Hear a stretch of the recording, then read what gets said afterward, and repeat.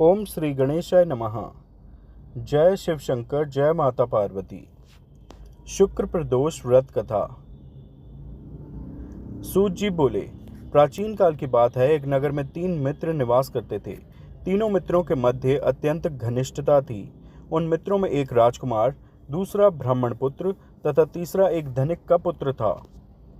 राजकुमार एवं ब्राह्मण पुत्र का विवाह हो चुका था तथा धनिक पुत्र का विवाह तो हो गया था, किंतु गौना नहीं हुआ था।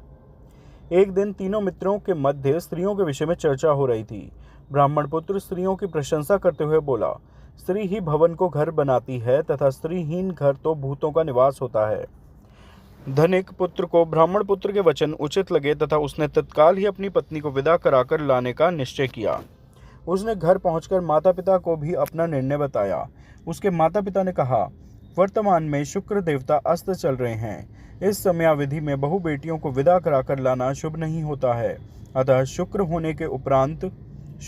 होने के उपरांत तुम अपनी पत्नी को विदा करा लाना।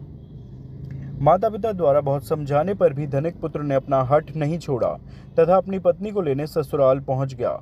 ससुराल में उसके सास ससुर ने भी शुक्रोदय होने के पश्चात पुत्री की विदाई करने का निवेदन किया, किंतु उसने किसी की भी बात नहीं मानी और अपने निर्णय पर अडिग रहा। अंततः अपने दामाद के हठ से विवश होकर उन्होंने अपनी कन्या को उसके साथ विदा कर दिया। ससुराल से विदा होकर वे दोनों पति पत्नी नगर की सीमा से कुछ दूर निकले ही थे कि अकस्मात ही उनकी बैलगाड़ी का पहिया टूट गया तथा एक बैल की टांग टूट गई। इस दुर्घटना के कारण वे दोनों नीचे गिर गए तथा उसकी पत्नी भी गंभीर रूप से घायल हो गई। इस दुर्घटना के पश्चात भी वह धनिक पुत्र अपनी पत्नी सहित यात्रा करता रहा।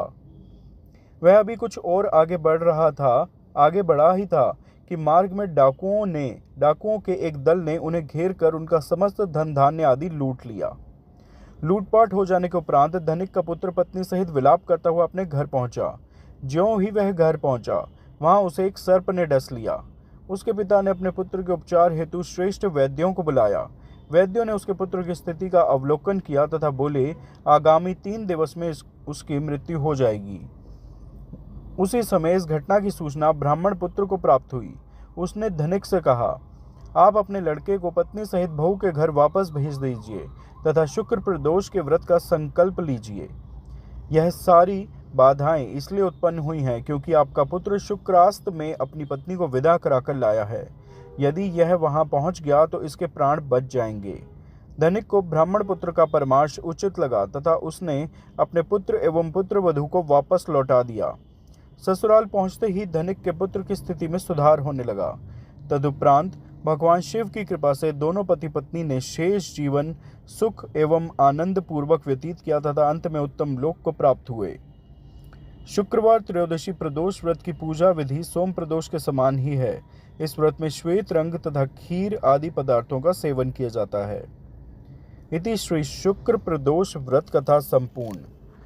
आप सब प्रेम से मेरे साथ बोलिए, हर हर महादेव, हर हर महादेव, हर हर महादेव। कृपया इस वीडियो को लाइक व शेयर करें, चैनल सब्सक्राइब करें। धन्यवाद। जय गौरी शंकर।